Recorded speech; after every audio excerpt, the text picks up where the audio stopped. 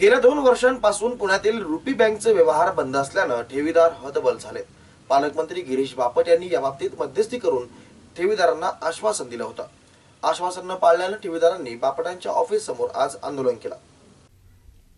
पुण्यातील रुपी बँकच्या ठेवीदारांनी आज पुण्याचे पालकमंत्री गिरीश बापट यांच्या ऑफिस समोर आंदोलन केलंय.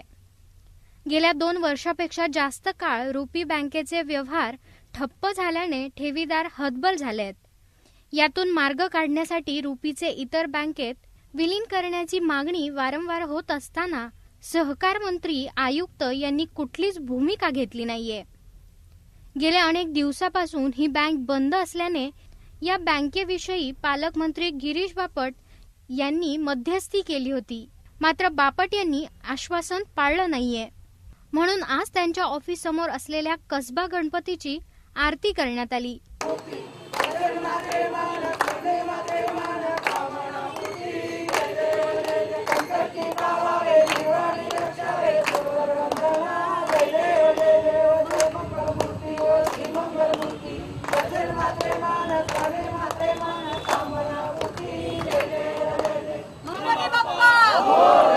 आणि बापट यांना इतर कामांना वेळ मिळतो, पण रुपी बँकेचे 7 लाख ठेवीदार आहेत. त्यांचे गेले अनेक दिवस कोट्यावधी रुपये रक्कम अडकून पडलीये. ती त्यांना परत करायला वेळ नाहीये. यामध्ये अनेक रुपी बँकेचे अनेक संचालक दोषी आढळूनही कारवाई केली जात नाहीये.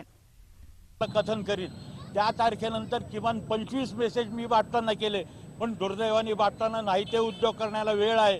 रुपीच्या 7 राज्यभरातल्या 7 लाख खातेदारांच्या करता बापटांना द्यायला वेळ नाही. ही अत्यंत दुर्दैवाची गोष्ट आहे आणि बापटांच्या उपस्थितीत आंदोलन स्थगित केलं होतं. म्हणून आजच्या आंदोलनाचा प्रारंभ बापटांच्या कार्यालयाच्या दारातच आम्ही सुरू करत आहोत. भविष्यात आंदोलन अधिक तीव्र करण्यात येणार आहे. ज्या 250 लोकांची यादी आहे ज्यांनी रुपीचं वाटोळं केलं. प्रतिनिधी Rohan Gawali, bureau report, Pune metro, Pune.